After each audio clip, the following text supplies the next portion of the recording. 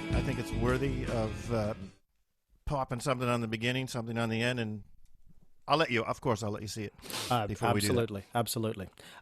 Can I ask you to, if not this time, next time, just to follow a couple of things? Your notebook should probably be lifted off the desk a little bit. Like I use like a shoebox Yep. to lift mine up, and Well, you're gonna get I can do that. I can do that in a jiffy if that makes go, any. go, go, go. I'm gonna go get a can of water.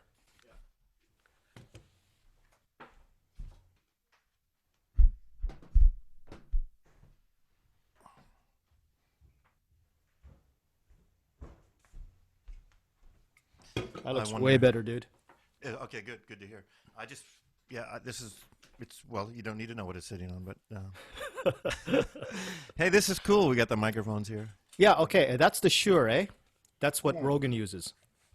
That's the SM7B. So let me ask you a question. Go! Why in the hell would you buy such a good microphone for whatever it is that you're doing? Why would that be kicking around your house? It was for podcasting. I was gonna do podcasting, and at the time I thought that I have nice acoustics in my house, and the guy that started up Goldfish with me at first, we were both saying, "Oh yeah, now we're going to really work on this, and we're going to make a couple articles a week." And I thought, okay, well if that's the case, I better invest in some audio equipment. So I invested in two of these, and two of these Rode crane arms. The crane arm is cool. That's what yeah, I want to get. the crane arm is really nice. I can sit back and relax and change my seat and stuff. Well, you've got one too. I've got a boom mic stand here. Oh, it's not a crane arm. No, and I need, like, for remote, when I go to the cottage, I'm going to need something portable. I would suggest a portable. This is not really portable, but if you... well, it's not... I don't want to take up a big mic stand. So once I get it up there, it stays there. Here's what you can do. You can buy the Rode crane arms. Yeah. Oh, no, wait. No, you'd have no. Okay, I was going to suggest something that's not going to happen.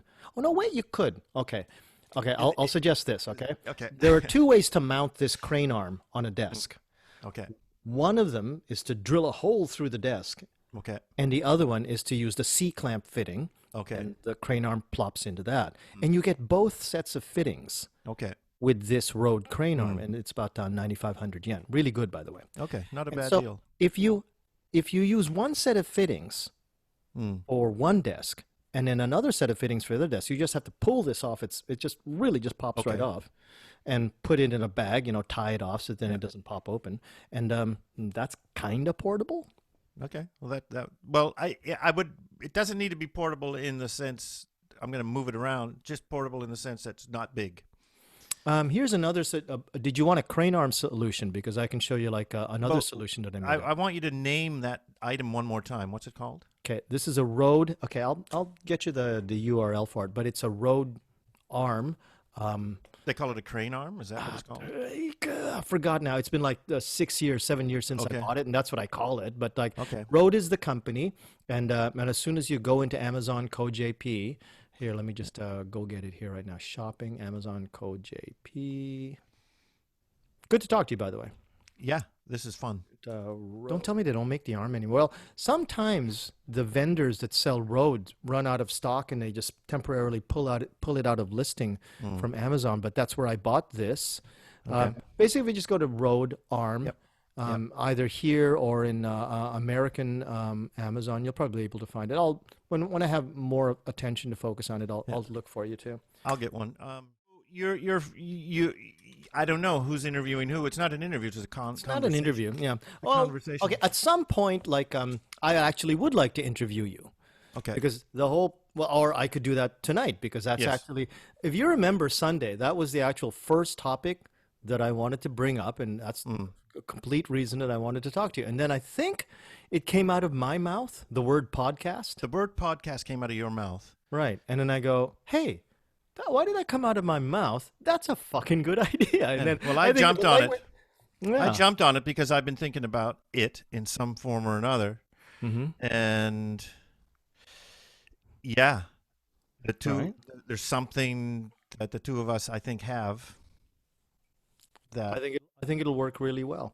And just to go back to the point I was going to make, the first reason was I wanted to get an interview with you, to put down on paper the ideas that you have from the experiences that you've had through this whole pandemic and through all of that change that I can use for a paper that I'm writing with Bill Pello and Jenny Crittenden. Do you remember Jenny Crittenden? I don't. Well, a very nice person, and she came on the Saturday Zoom sessions and the Friday Zoom sessions, and is a very nice person. And she's like an MA in STEM education. Okay. It's fairly high level stuff, and she's just totally.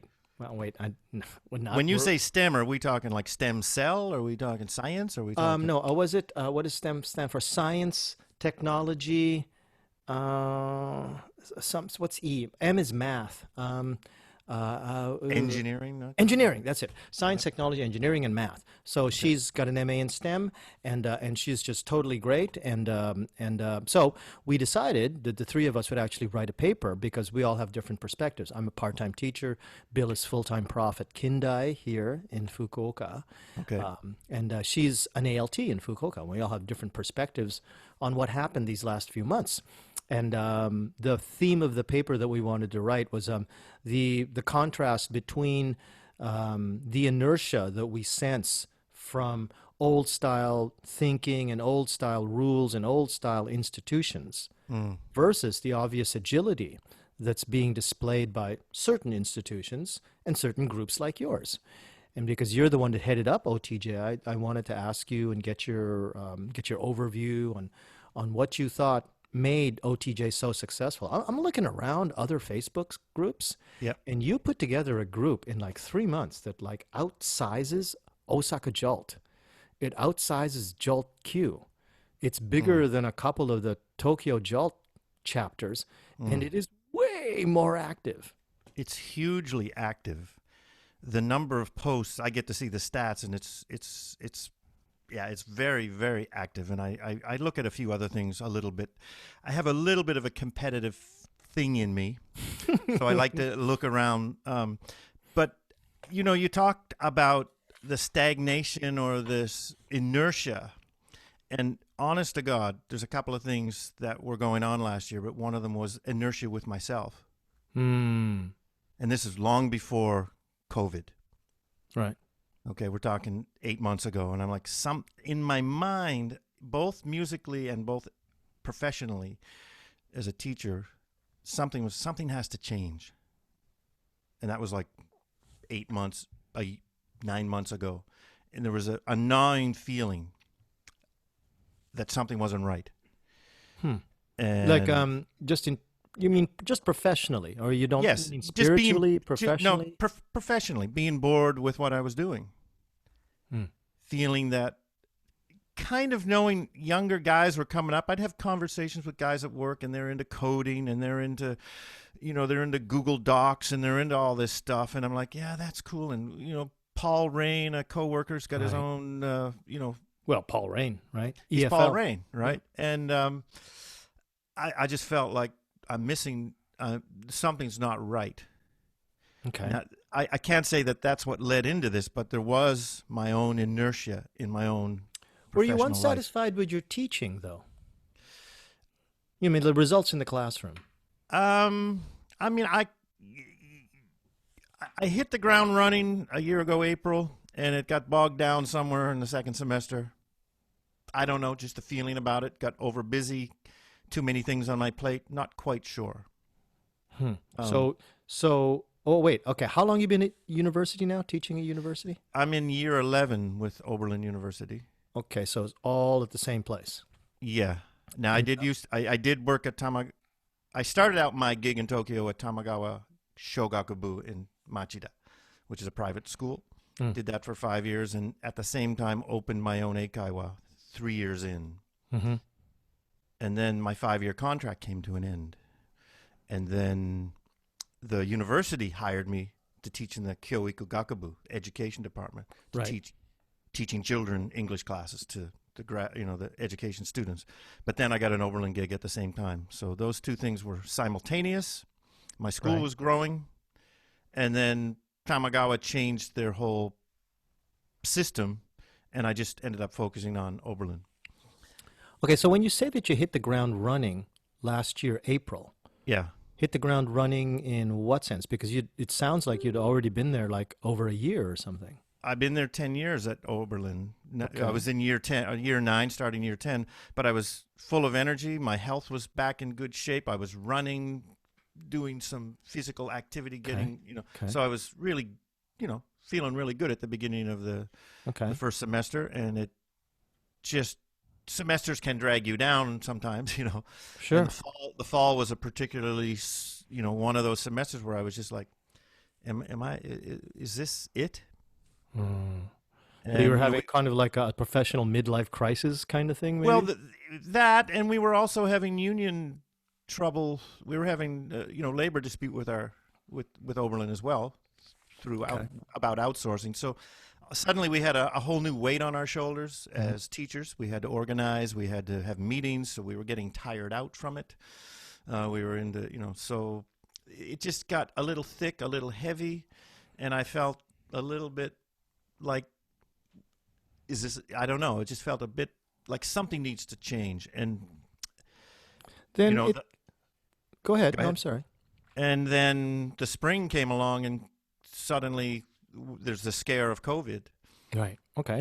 and school's out. My ACI was still running until the end of February, and then um, the writing's on the wall. Something, we're not going back to school in April. Mm-hmm. Mm-hmm. I could see that, All right. and my response was, I need to do something about it. And It seems OTJ to was me that. that it seems to me that you were. It almost sounds as if your story was setting up for the next chapter. As like you were going to like basically almost in a position to quit, to like not do what you really did do with OTJ, but basically like throw in the towel or just a setback like some professors did. So it's kind of interesting that like the situation that you described, the background Mhm. that you had, it makes it sounds like you were in a position to like not in a position, but like you were thinking, oh man, now a pandemic too of all things. What am I going to do now? What made you actually want to, instead of what I think a lot of people who might have been in that situation do, which is to just basically whatever. Instead of doing that, how come you just jumped head first into that big pool? The truth of that is that I had a conversation with my older brother, Hmm. who works for the Department of National Defense as a contractor for construction. And he said he's home. We're not laid off, but we're home and we're taking courses, online courses. Mm-hmm. He's studying. He's 60 years old and he's learning more. Hmm. And I left that conversation kind of a little embarrassed and a little bit like, well, wait, I'm a teacher. And my brother's going back to school at 60. Hmm. And here I am at 55.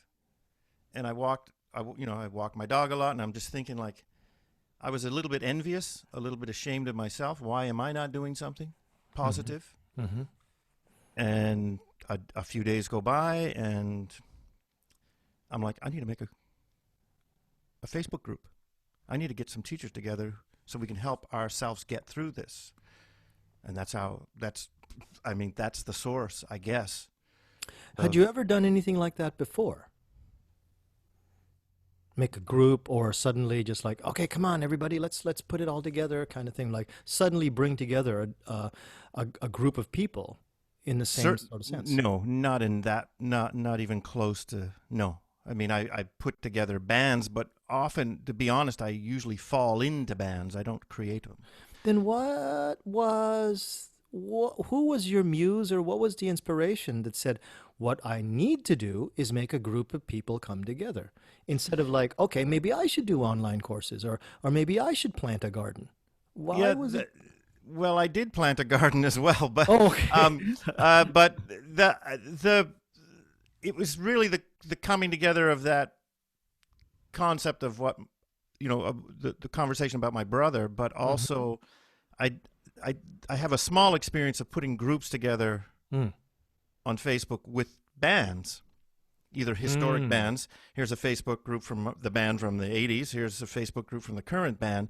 So these are, groups of 5 or 6 people. So I had the experience of bringing a small group of people together for a particular purpose, just to keep in touch with each other. So the concept, I could make a group on Facebook, and well, online learning. I mean, that's what we're going to be faced with right now, right? Online learning. So that kind of the impetus, the push from my brother's conversation, and then this idea. Well, I've done that before. I put these two things. It wasn't so conscious, though, to be honest, Jose. It was more of a feeling. Just a feeling came, and an action resulted. Like in the run of a day, you get all these ideas that you think about. I could do this. I could do that. I could do this. I could do. And most of them you don't take action on. And for whatever reason, this one I took action on, and I didn't take action expecting anything. Like certainly, I didn't expect the results that have accrued or have come about. Did you see the group as a potential solution to a particular problem? Did you see like this is the answer because this is the question? Or did, like you just said, it really was just a feeling? It was just like a shot in the dark? Well, it wasn't even a shot. Maybe it could be a mix of that. It's a tough thing to get to the meat of. But there was certainly a sense that it's a good thing to do. And since my school was closed the end of February, one of the things I had that a lot of other people didn't have was time on my hands. So I don't know if there was some impetus to do something to help myself, to do something to help the community, to do. Now I've had conversations after the fact about this, but you can't always go back and understand exactly why you've done something, I suppose. But it'll always be colored, Yeah. You want to go back and even psychologically or subconsciously, you tend to paint the best picture of yourself. Yeah. So just to sell it to the other right, person listening. But I can claim for a fact that it came a little bit out of a feeling of shame, talking to my brother. It came a little bit out of I can see what's happening. Kind of had a feeling that we're not going back to school in April. That's what I knew. Before it even came down the pipe from my institution, I was about a week ahead of the curve in terms of getting news about it. And OTJ started before we actually got the word. And then when the word came, the institution, Oberlin, sent everybody to me. Right? What? What do you mean? Why did they send everybody to you? They wanted, since I had this group already in motion, and they weren't going to be doing their training sessions for another 3 weeks. David, can you make an enquete to get an email list together and get people to join your group? And I did. And you did that for free? Of course. I'm going. The group was already growing. The money that the university saved to get you to actually do their work for them. Well. That is a fact. I mean, what the work I did was took the fear away. I think, and you're part of that, by the way, because you did all the workshops to help people understand Zoom, including myself. I mean, I often look back on the very first Zoom session I organized, which I think was on a Monday. And I had a Monday morning because I had mornings off, and I had very little idea about what I was doing, and like 50 odd people joined. Was that the one where I showed up after you came to one of my Saturday sessions? No. So this was without me entirely. I think so. Okay. And Simon Moran was there, and he's down in Osaka area. He runs some chain schools and so on, and he took over the show. Okay. Because I was so incompetent. I mean, I knew a few things, but I had something like I'm going to start something here. I don't know. And then I think that was a Monday. Then the following Friday or something. I wish I could remember the detail. You probably do, but somewhere you came into the picture with something, and I joined one of your things, and I was like, wow, this guy knows what he's doing. My very first Saturday Zoom session. The 24th was a Friday, so 2 weeks before that would be the 10th. So it would have been the 11th of April. So I did 2 of these Saturday sessions, but even before that, I was doing doing other things at Fukuoka Jolt. I remember the second Saturday session. Yeah. So it'd be something like, the 17th or something. Mm. And as I'm talking to people, you pop up. You were on your phone. Mm. And I go, that name sounds familiar. And then you just introduce yourself, say, "Oh, Jose, you're the Jose. You're Jose," and like you just introduced yourself, and I go, "Well, yeah, my name is Jose." Who, so, like people were starting to talk about me, and I wasn't Yeah. used to it. And then they were saying, "Oh, that's Jose. Oh, that's the Jose that does that." And people would come in, "Oh, this is Jose," and so did you. And you came in and you were walking your dog or something. You were on your iPhone, and then you walked in and you said, "Well, Jose, I just want to congratulate you." And I thought, "Wait a minute, I don't even know you. Why are you congratulating me for this stuff that I'm barely doing?" And you were heaping all kinds of praise on me, and it was from there that I started realizing that what I'm doing was actually affecting people.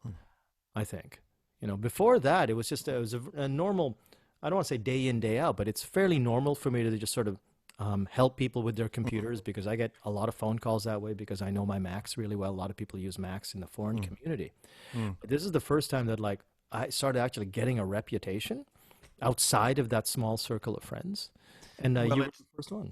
it's quite interesting because there's I'm watching things go on, and I'm like, I'm a little shy, in fact, to come into that meeting. But I come in and it's, people are there and you're teaching people and I'm learning too. I'm like, I'm coming for the ride. I'm coming to learn. But I suppose coming into that meeting, people don't know me either. Well, I didn't know you. I thought I remembered that name and I didn't know why, you know? Yeah. So, and you kept doing it. People kept And bugging me too. yeah. Like And it's and it turns into for you, it's turning into a weekly. it has turned into a weekly thing. And I hope you can join me for a few drinks in an hour or so. So we do definitely have a time limit tonight because I'm the one hosting No. the Friday Night Social. But then a couple weeks of the before the Saturday thing started, I was doing 2 sessions in a row. There were Tuesday afternoon sessions for Fukuoka Jolt. Okay. And this was after I had made the first videos that got posted to OTJ. Okay. And I think that sort of cemented my face and my voice and, whatever in people's minds. And then I became more active on OTJ. And then I said, hey, why don't we kill a bunch of birds with one stone? And then I only have to say these things once if you all just gather around me and let me tell everybody all at the same time. And then a whole bunch of people came, and then there was more demand for it every week, and that's where it started. Well, that it's interesting because when I first saw you, I'm like, how does this guy know everything about Zoom already? Right? Like, I thought I was going to be the guy that was going to, know about Zoom because I hosted a union meeting 3 weeks before, out of necessity. That was the other point I forgot. Sorry. What? So the culmination of my brother, the culmination of I've done a Facebook group with my bands before, and the need from our union to have a meeting, and I was unwilling to do it physically. And I said to the union guys, I know I'm hearing this stuff about Zoom out there. Mm-hmm. I'll go do some research on it. I'll send you guys what I come back with. And so I did that. So I was the guy who led the union meeting. I sent the links to Zoom. I got everybody hooked up with how to, set it up. And we conducted a meeting for an hour and a half, and we got all our union stuff done. And I was like, well, I'm the Zoom guy. And that's how the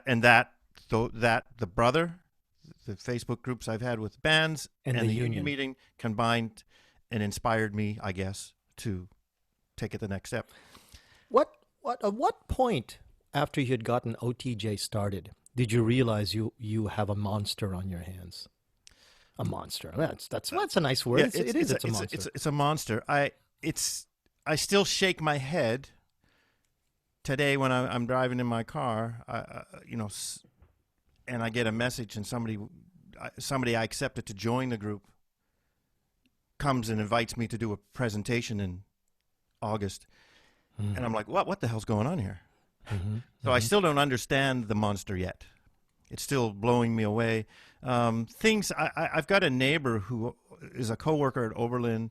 He's also works at my school. He's an American guy. He's about 10 years younger than me. He's my guru in terms of Google Docs and making forms and making quizzes and stuff. He's Is teaching that me. Nathan?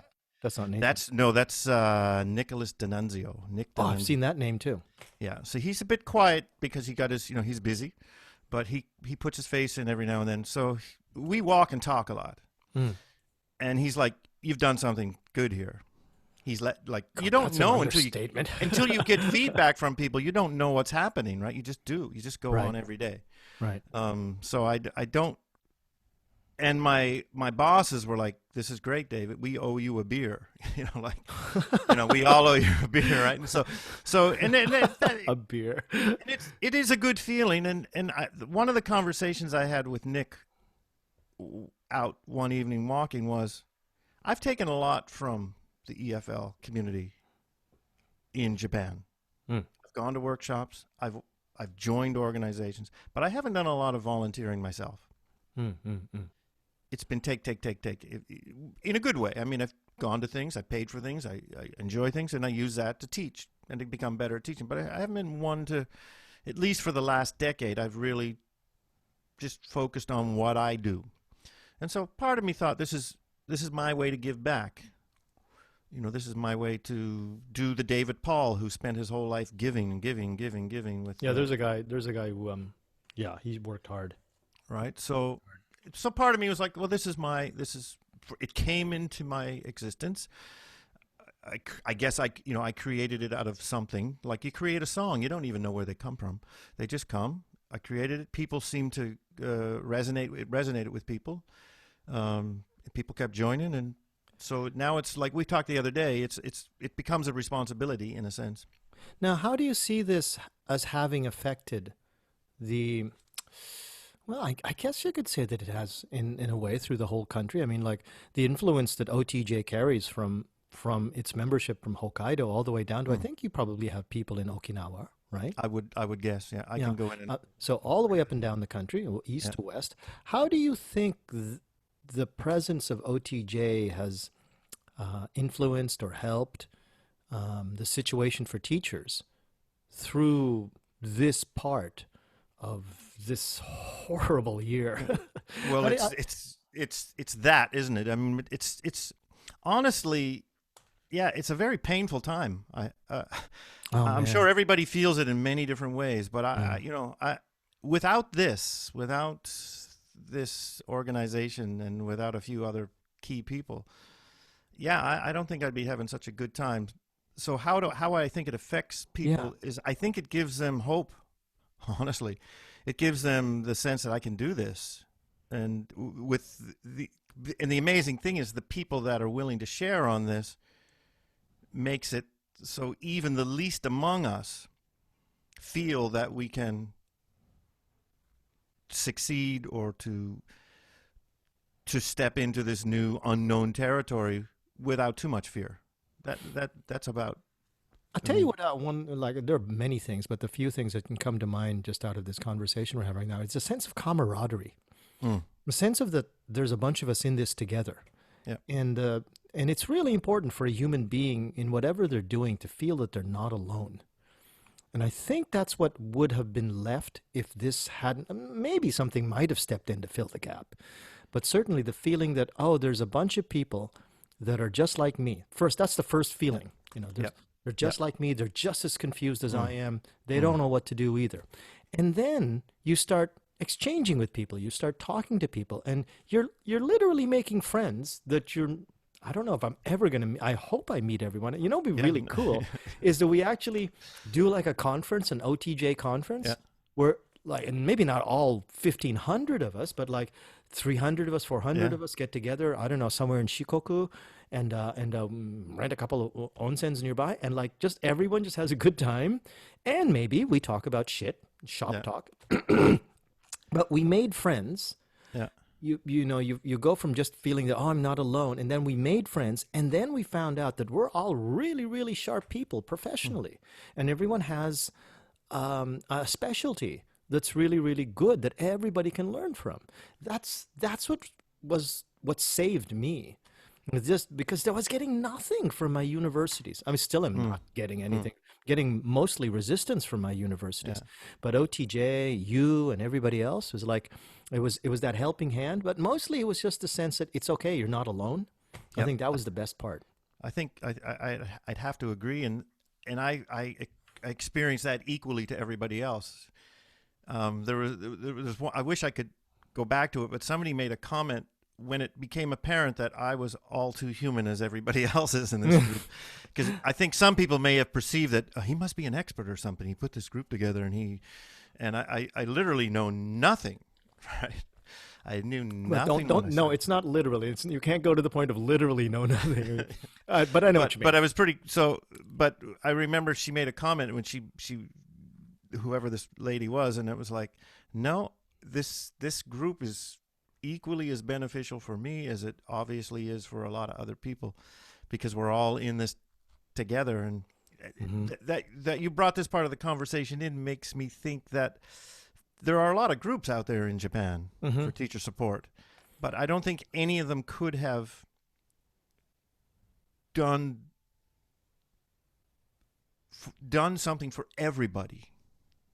Which brings up my next question. What differentiates the atmosphere? What do you think makes OTJ so different that it is as active as it's become, that it's become obviously as popular as it's become? People come from JALT groups like, well, I'm not going to name any particular JALT group. It's not fair to do that. But from a JALT group where, let's say you're a JALT member in that chapter, and you're thinking, oh, I need some help. This is a pandemic. We're not going to go back to our classroom. So, let's go see what my JALT chapter's up to. Turns out the JALT chapter isn't posting anything. There's nothing. Yeah. There's no action. There's no leadership from the president or whatever to like, let's address this. Everybody, let's do this and that. Why, when the membership of that particular chapter was looking for leadership, and when they couldn't find leadership at that group, why did your group provide that outlet for them to actually think, well, now this is where I want to participate? They were willing to participate over there. How come they had to come to your group? What is it about your group, do you think, that differentiates it from established stuff that's out there? The early, probably 4 weeks in, I put up a little Google form to get some feedback about this group. No, I did it. I did an answer garden thing. Answer garden is where you type in a question. Oh, and then the words become different sizes and stuff. Yeah, right. And I remember that. And I did that, and somebody wrote grassroots in that, and I didn't think about it until they wrote it, and people wrote friendly, grassroots, what have you, these kind of nice kind of, and I think there's a certain ease that people feel they have felt coming in here, which is this isn't a judgmental group per se. This is a fresh group. This is not the typical hierarchy that you would expect. You have to join. You didn't have to pay to join. You're not coming in here to, you're not coming here to make money. You're not coming here to join. There's no membership fee or anything. It's just come on in and share your ideas, and that's what I try to keep. I try to keep it to that even today, which is just come in. It's a place to share your ideas. I think that word help each other. Yeah, that word that used, hierarchy. I mean, if I can go so far as to actually provide my answer to my own question, so that people come to OTJ just like you said, and they don't feel like they have to worry about who the president is or who's been there longer than whom. There's a real equanimity in ideas. It's the ideas that stand out. Right. It's not necessarily, whoever has a PhD and whoever is doing research in this and this and that. It's not that. It's whoever has the ideas. Because at the time, with all that time pressure on everybody's grasping for straws. And no one's really going to pay very much attention to the letters after your name. But if you come up with an idea and people go, oh, yeah, that's a great way to take attendance or whatever. Right. They see that and they go, well, no, that was great. That's exactly what I want. I don't really care how many research papers that you wrote. You just came up with a good idea. And that's where I think OTJ really stands out. Those ideas are being thrown out every day, once an hour, maybe 10 times an hour. And I think I'll go back to Ken Robinson. Okay. because I watched a lecture with him, and he talks about, like, in one of these lectures, going to a party, and if you go to a party with a bunch of teachers and you ask them about teaching, they won't stop talking. And I think the same idea, if you ask a bunch of teachers to share their ideas about teaching, they won't stop talking. They want to share their ideas. They don't want to do it for money either. They just want to share their ideas. Yeah, we're weird that way. Yeah. Yeah. So this forum is like the perfect place for that. It doesn't matter. And some of the smallest things make a big difference. I mean, today I put up just a picture of my list of things I do today in class. I print it out every day because I still need a physical copy. Oh, the agenda. Yeah, I still need a physical copy next to me, even though everything's digital. I got the same list on my computer. Yeah, man. Oh yeah, I But I it's don't just have it here, but like I got my note paper written on the back of scrap paper, pen. So the point being that the smallest thing might help somebody out there to make them feel reassured. Oh, I do that too. That's great. It makes me feel comfortable. And so it doesn't matter if those ideas don't have to come from a PhD mind. They have to come from a person who works in the trenches, and that's what I've always viewed myself, as a person who works in the trenches. Right. And that's up until now it's been face to face with students, and now it's with students online, and it's with teachers online. It's sharing it's a great thing. Where do you see us in September, and then in December, and then in March, until we get to here again next year? So think of it in quarters.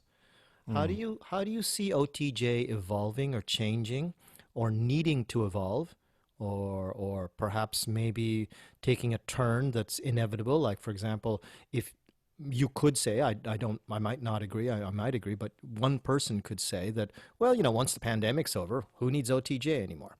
Right. So how do you see OTJ moving forward over the next little while? Mug cups. We need mug cups. Merch.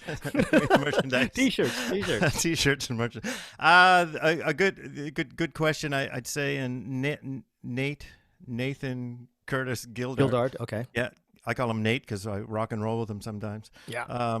He said during one of the presentations he did, this doesn't have to die when we go back to the classroom. Hope not. And that was like, that stuck with me. He's right. This group could disintegrate, of course. This group can live on. I guess I don't see the end of online learning. Like, oh, online learning's something we did back in 2020. Do you remember that? Wasn't that fun? Online learning we did No, for 3 months, and then we all went back to all. school. I think this is the beginning of something that it may not manifest itself in the coming year, but it will manifest itself in the coming years more and more. And there's definitely a potential to be relevant, but I guess it's only as good as the continues to give. And So you would say it depends on what everybody wants to do with it. It's not anything you can control then, you'd say? I can steer the ship a little bit. I suppose I can help lead it. I mean, you and I doing the conversation we had on Sunday is the embryonic stage of steering a part of it to a different, adding another dimension to it. So if we can add some dimensions that are useful for people, then it can live, right? It needs to keep the same access for anybody who simply wants to come and learn. You don't have to worry about power struggles and so on, hopefully. But it's an organization. It's a very small organization. It's just me and two moderators, and I'll consider you to be a big part of it, even though you're on the presentation education side of things. But it's a small group. If as long as it doesn't get out of hand I think my job right now is to keep it civil, and to keep it pleasant, and to keep people understanding, like I just posted something the other day, which are the rules that are now part of the entrance Saw fee. that. That was a good idea. And I just wanted to remind people, a lot of people joined before I stuck those rules up. And I just wanted them to know, by the way, they're here. I want everybody to, see them. And I can see that, if 20 or 30 people appreciate that, that's exponential. meaning they're giving off good vibes when they go out into the Sure. comment world. They affect everybody else. 6 degrees Yeah. of effect, right? So it's keeping the comments, keeping people focused on positivity, helping. Healthy debate is always good, but just let's try to help each other, and no one person has the floor, I suppose. And no one person can take the floor. There is no floor. Yeah. And that's one thing that I kind of appreciate about it. There's no hierarchy, again, to that word. Yeah. There's no organization. There's no constitution. Yeah. There are a set of rules, but they're based just on civil behavior. That's right. Among respect. human beings, right? Basic human respect, yeah. And beyond that, everyone is quite convinced that you and Cassie and Andrew will keep a watch on making sure that when things need to get a little bit strict, then yeah, you can grab somebody by the scruff of the neck and chuck them out. Yeah. But apart from that, you don't have to fill in any forms. You don't have elections.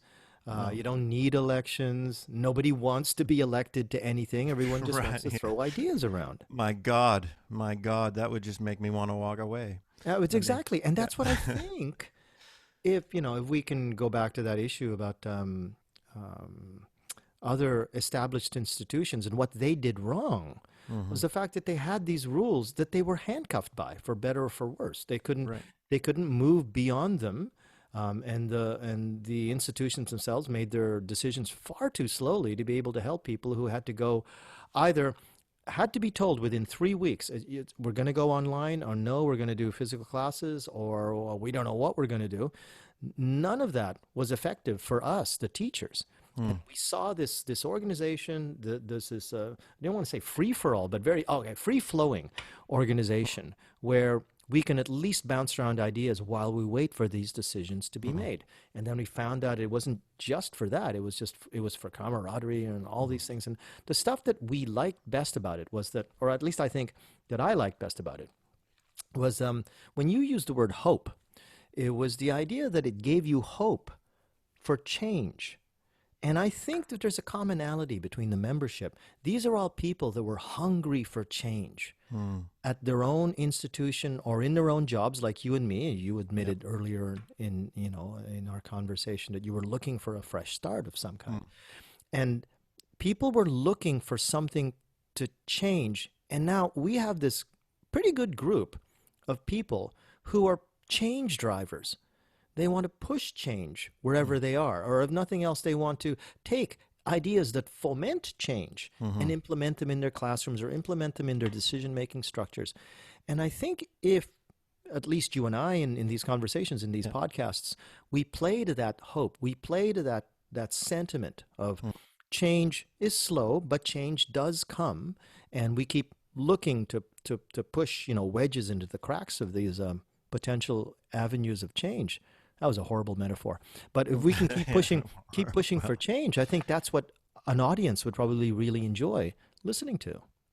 Well, that you tie it into the historical part of groups that have been organized for some time, if we call it a JALT group or an ETJ group or whatever group it may be. They were formed at a very different time. I mean, I came to Japan in 1996 in Shikoku, and there was a JALT chapter in Takamatsu. Okay. And that's how I got my first steps into, learning more about what I needed to learn. And it met my needs then. But those institutions or those groups were made, 25 years ago or longer. And the rapidity of, the speed of change in the last couple of years, but in the last couple of months, required something new. I don't think anything out there was able to, they were formed for a different time, and we're formed for this time, and hopefully it will serve long enough to, What I think also is important is that those groups were formed with the idea, and nothing wrong with it. I mean, it was perfectly valid at the time, that people meet physically and that people converse face to face. And that meant, I remember when I started my first Macintosh user group in Kitakyushu, well, my only Macintosh user group in Kitakyushu when I started it up. And one of the first things that we all agreed that we had to do was create a constitution. Because when people meet together, we exchange ideas and we exchange information in ways that involve physical presence. But the fact that we're online, no one, I think, can really define well how online entities, individual entities like yourself and me and maybe a few more hundred people, will organize online in the best way possible.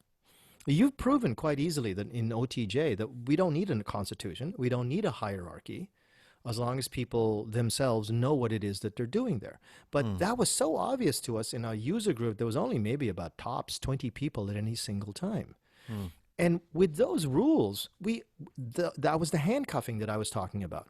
Because if a pandemic had happened at that time in the user group, what would we have done? We probably would have just shut things down because we couldn't make decisions because of the decisions that we had made earlier were based on human physical not physical interaction, but that you have to be there in presence. But here we are now digitally, and that's what I think is going to be different, and that's what I think we have to address. Right. That's a good point. And there's maybe a snail pace to the traditional, okay, let's wait for the national conference to come up. We'll book our tickets. We'll go down. It's something that takes time. I mean, if we wanted to organize a mini conference for 2 weeks from now, we could do that very nimbly without being bogged down. Look, just set a time and 50 minutes for each person to speak, or 30 minutes for each person to speak, and line it up. I don't think it wouldn't take money. You wouldn't have to rent a room. You wouldn't have to book a train. So there's a lot of those older style technologies slow you down. This world we're in now is all about speed, I think. And in our case, I could imagine it's just like somebody in the group sets up a Google Calendar, and everybody has access to it. And if you want to do a thing, then plot out 45 minutes somewhere, plunk your Zoom time in there, describe what you're going to do, and then people will respond by saying how many people will actually want to go. You could make a rule that says, well, it should be a minimum of 5 people that actually want to attend your thing. Any less than that, we might have to give that up for somebody who has a very popular proposal. But just anarchy.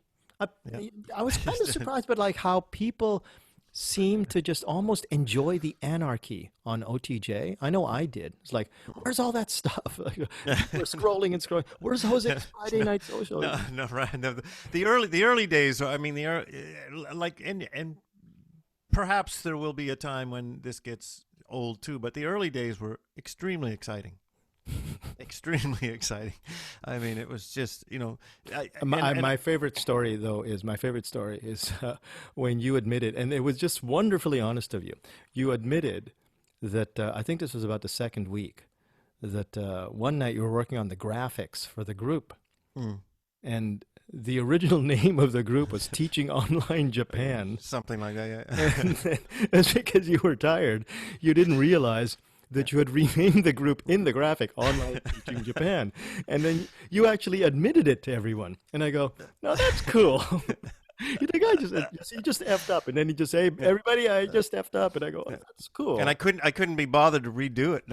Exactly. It's like, and you didn't realize, you realized there wasn't anything wrong in just, what the hell, change the name. I didn't even think about it. It's funny you mentioned, but yeah, it was. Sorry, was I embarrassing you? I'm sorry about that. No, I never thought about it until you mentioned it, but it was one of the. I mean, I think it's legendary. That's kind of my style, though. I don't mind sharing my mistakes, and but again, maybe there was no other place ever in my life where you could do it and get a response from it, where people would either chuckle or like think that guy's strange or that whatever. Like it lit up. This this forum lit up with a lot of people doing things like Well, that. because I didn't, like me, I just said, oh, that's kind of cute. And I was one of the people who chuckled and I moved on. But what was the reaction to you telling people, oh, I'm sorry, I effed up the name, but let's just go with it anyway. What was the actual reaction, the written reaction? Well, the written reaction was right away. I got criticism for the font. Oh, the font. The font. I remember that. And I thought, The font. and I thought, well, wait a second. Should I go back and change it? No. And like I said, it's not that important. I just want the name out there. I just want OTJ. And OTJ rolled off the tongue a little better. One of my coworkers who was stuck in Australia said, yeah, OTJ runs off the tongue a lot smoother than. Yeah, TOJ doesn't work as well. TOJ. OTJ sounds better. But So I you just know thought- that it's the acronym for on-the-job training? Well, I didn't think about it that way, but it works. That's what we're doing, right? And was I was about to say, isn't that great? Because that's what we're doing. That's what we're doing. So I mean, and we took it in our own hands to train ourselves. That's what's amazing, I think, because we didn't. It wasn't institutional training. It was grassroots. Let's train ourselves for this. I think I had a conversation with a coworker. Like,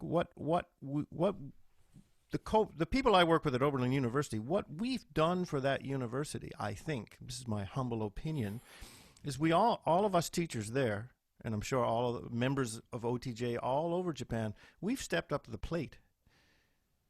And we had to, perhaps, but no one brought the training to us that I know of. Like, my institution did 1 day of training a week before we started teaching, and they did a great job, but we trained ourselves. And that there's a lot of, I don't know where this point came from, but there's a lot of, there's a lot of power in that. And That's a good point.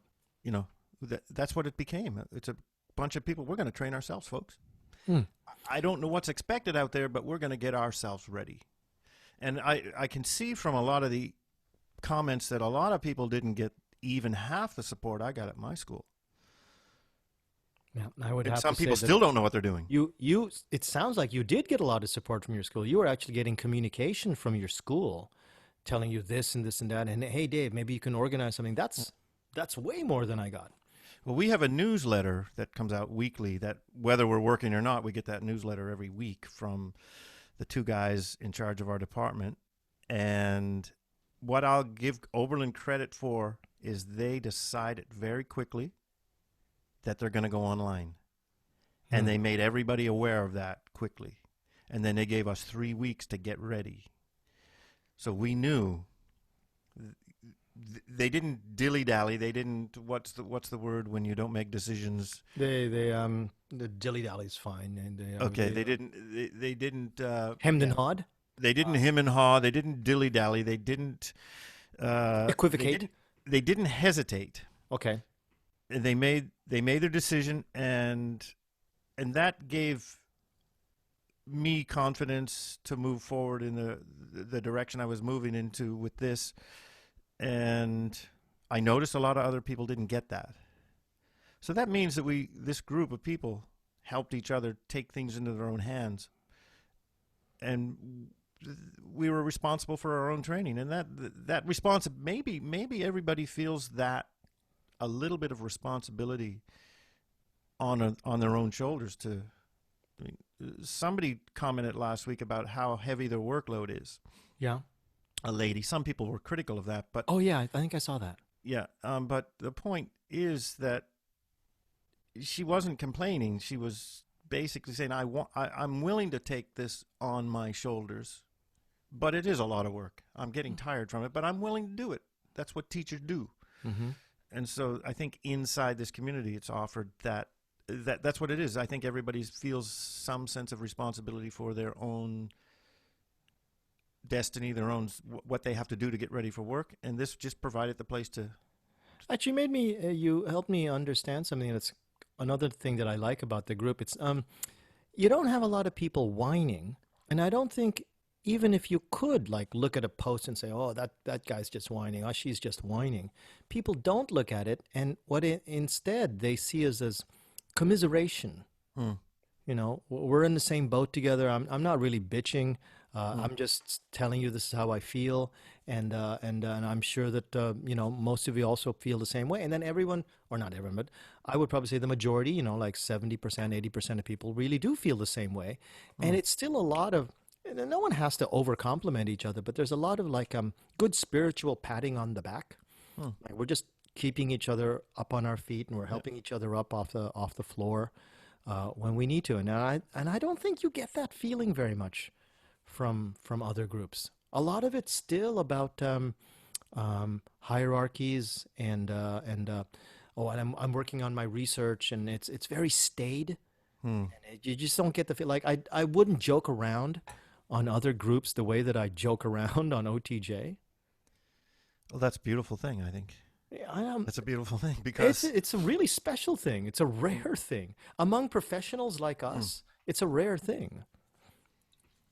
so that I'll I'm part of that in that that's the spirit that I have. I don't like hierarchy. I don't like I have very few published papers myself, a couple, not much. I focus on something different.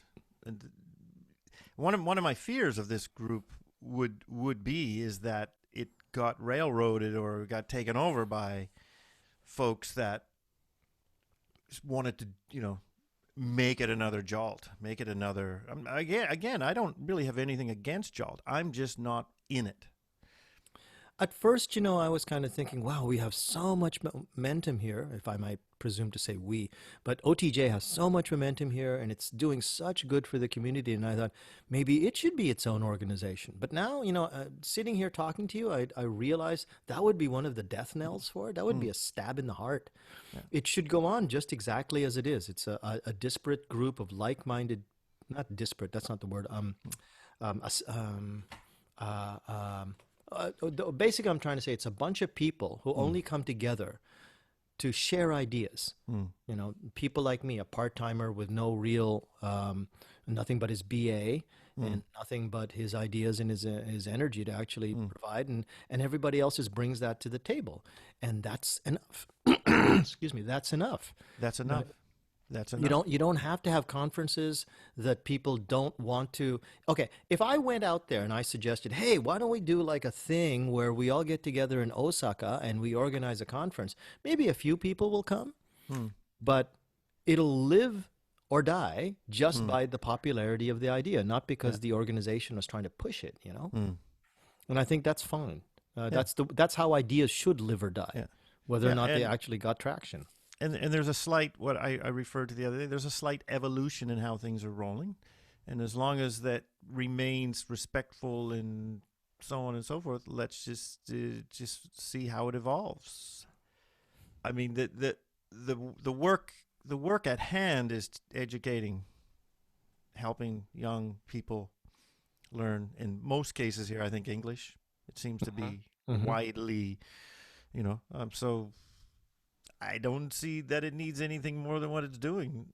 Would you like OTJ to actually stretch out into like other languages or other fields, like teachers from universities maybe outside of Japan, or teachers from Japan who are teaching maths? But of course, the language will probably remain, the language of communication will remain in English. But would you like to see that make OTJ bigger?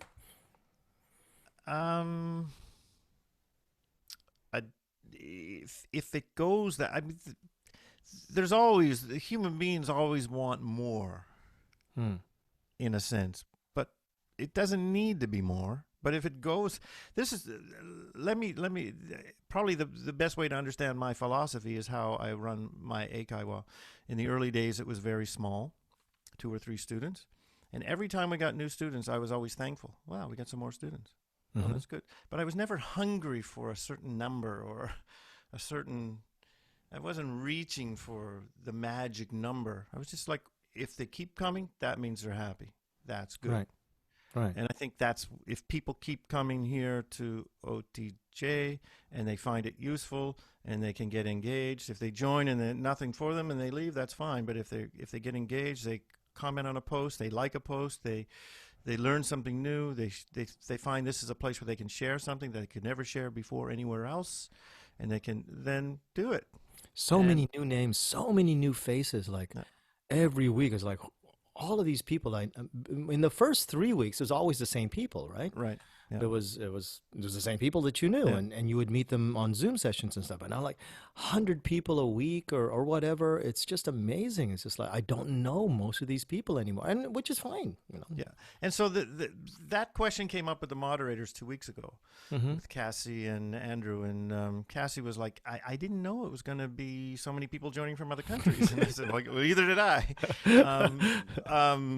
But and Andrew seemed more I felt he was more in the camp of, well, that's fine. That's fine. Whatever. Yeah. And Cassie was a little bit like, well, okay. She just thought it, and there was no argument or anything about it. It was just like, this is where it is. I'm not promoting anything. I'm not Yeah. I'm not sending links to OTJ all over the place. Please join. I did. Isn't it amazing that you've made what are you now, 1,500? A little over, yeah. We're on our way to 16. Holy crap! And you did it without advertising? I invited the friends in my Facebook group that I thought were education related. Mm-hmm. I think I posted 2 or 3 times on my own Facebook Timeline. I've got this group. Please come and join. But only twice, and that was only in April. And I just don't even. It's like they're 2 different worlds. I don't advertise. You don't need to. I don't want to. Just- I don't have the time. Like no, don't I have- don't. yeah. I mean, and the only thing about advertising is I don't want people advertising on here Yeah. Mm-hmm. as much as possible. Now it's a fluid situation. Sometimes it gets a little hairy, but I've made it clear to a few people who have been kind of posting. I just like, it's not a spam. It's not for you to make money. If people come to you, that's great. But if you're forcing yourself onto people, don't do it here. Right. Right. And I think that's the best attitude. That's a great attitude. Yeah. And Yeah. I remember that I joined up to OTJ. So that was probably about the middle or early April. And it was Bill Pello who invited me to it. He was April 8th. April 8th. So he invited me probably after he saw the enormous activity and realized that I had a bit of a resource that was useful, timely with my knowledge, and just invited me to OTJ. And I think it just went from there. Yeah. Where was the most explosive growth? Was it through middle of April? I'd have to check, but it's been this. It's a straight line up. Really? It's a straight line up. Wow. Yeah. Like a 45-degree angle from XY. Yeah. It's basically a straight line up. It hasn't done any. It Hasn't curved. It's been it hasn't dipped yet. even now. Even now, like I guess it's slightly slowed down. There was a point where it was like 100. I think there was a point where there was like 100 a day for a period of time. I was watching it, but like it's weird because I couldn't watch everything because I was busy getting ready to teach myself, and Right. I was hosting workshops. I was giving workshops outside of OTJ for Oberlin teachers Right. in the mornings, with just over. And then I was joining Nate's things, and I didn't join too many evening Friday nights because I'd be zonked, but even before I started teaching. So I don't think anybody knows that, but so am I. But people just keep bugging me to actually do the drinking session, especially. They don't really care that much about the Saturday shit anymore. But like the drinking sessions, they really want me to be there. Well, not me to be there. They want me to do it so that then they can be there. So to your question, which is Explosive growth. about 3 weeks ago, when I started getting busy with my own work, I stopped paying attention a little bit. And then I got a little bit worried because, wow, nothing's happening. But things were still happening. And I found myself, I had to focus. The first 3 weeks of teaching were enormously challenging. 5 mornings a week. Tell me about it. Right. And for everybody, and for you, right. Let's ask you about it. We were all there, yeah. But then it was like I tuned back into this, and it's like, oh, it's still valid. It's still here. Do people still need? And then, there was just 2 or 3 kind of snarky comments here and there about to somebody about somebody. Which is fine, you know. It's kind of fine, but when I read it, it sends a chill through me when I see things that are like, oh, really? But anyway, I'm learning to accept some things, but I've also had to learn to try to deal with people on this and pull them aside and have conversations. Give us some stats. So we're at about 1,500 members, a little over 1,500 members. And what's the daily average original post rate? What are you getting? Maybe about 20 original posts a day? I'd have to check, but probably something like that. And there's been almost 30,000 since we started. What? 30,000? Sorry, that's post comments maybe. Okay. I don't want to pull up my screen because I don't want to. No, it's okay. Don't. It's okay. Maybe next time.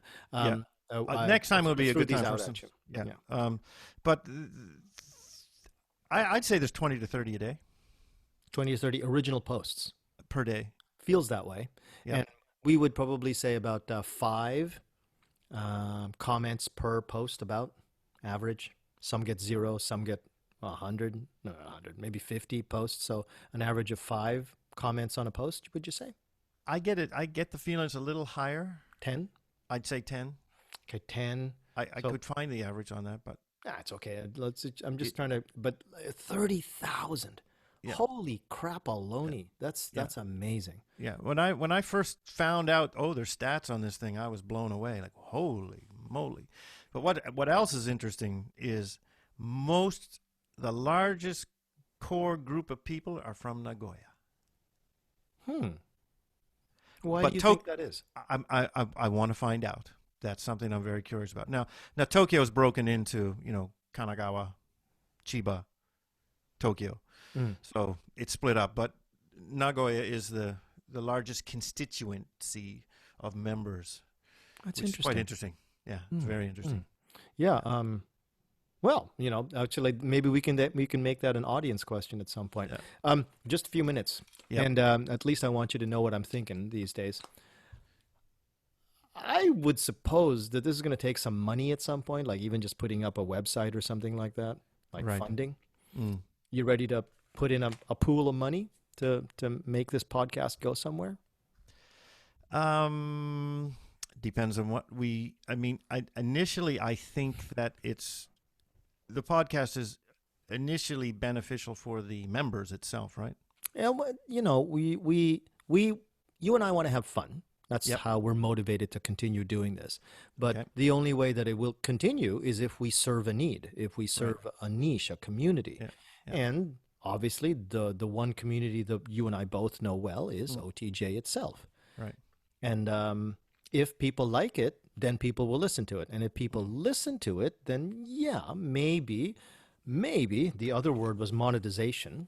Yes. Maybe we can monetize it somehow. But even up to that point, I wouldn't expect anything to consider to that point, at least until about 4 months away from now. That's if we start publishing right away. So until 4 months away from now, if we want to get traction, we might have to put down a couple $100 a piece, so then we can buy a website or something like that. Maybe not even that much. I haven't actually done any numbers, but I just wanted to get your general idea. Like, are you willing to actually monetize this, or is it? Yes. Okay. Yes. And to do that, I'm willing to let's say, money's not really easy to come by, but if I put in $100 and you put in $100, that's fine. If I put in $200, you put in $200, and then we make mutual decisions on what we're going to spend the equal amount of money on, if it's going to be a website or something else like that.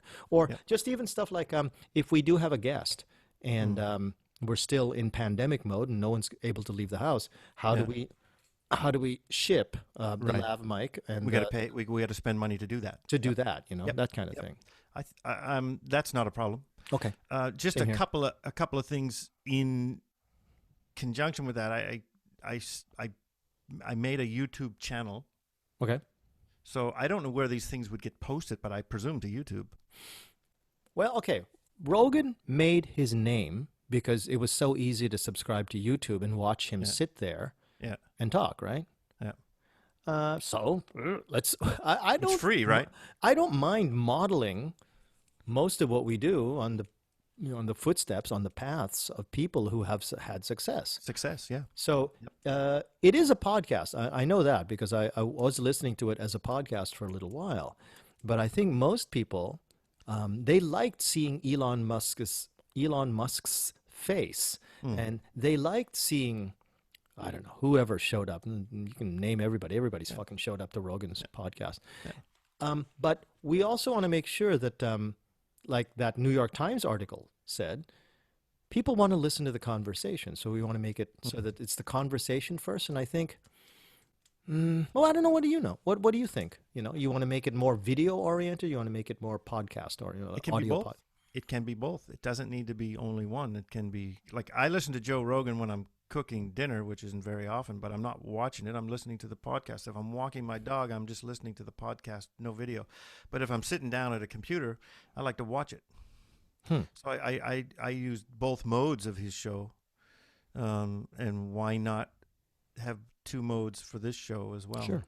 Then in that case, then we'll have to think about, because just from my video editing experience, it's nicer when the camera can shift. Right. Right now we have a gallery view and a person can watch either one of us at any point in time, which is okay. But if you think about Rogan's podcast, the video version, I think Rogan has 3 angles, 3 cameras from 3 different angles. Right. One coming from about here, another one coming from the guest's side, and another one basically it's like a studio overview. Right. And the guest has a similar set of angles too. So to cover for that, I figured we can have at least 2 angles. Okay. One from the main computer itself, right, and another one from our phones. So we set our phones off to the side. They're not going to be connected to audio. We just use them for the video angles. And I'll just, it's called a clap in. You know, you do this, and you can see where the clap is, and you can sync it to the actual spike in the audio, and then Right. So I clap in the video, and then they just run, and I cut them in and I cut them out wherever I think it looks good. So then we'd have to work on something like that. Right. If you have the skill or the expertise in doing that, experience, I wouldn't call it expertise. Yeah. Because that would be something that I can handle audio parts of things. Thank you. That'd be nice. And I can handle royalty-free intro music if we need it. I was trying to send you some old GarageBand tracks I had of what I call, I don't know if that's what you actually call them, but the rappers, the little blips of music over the narration as an intro, like 30 seconds.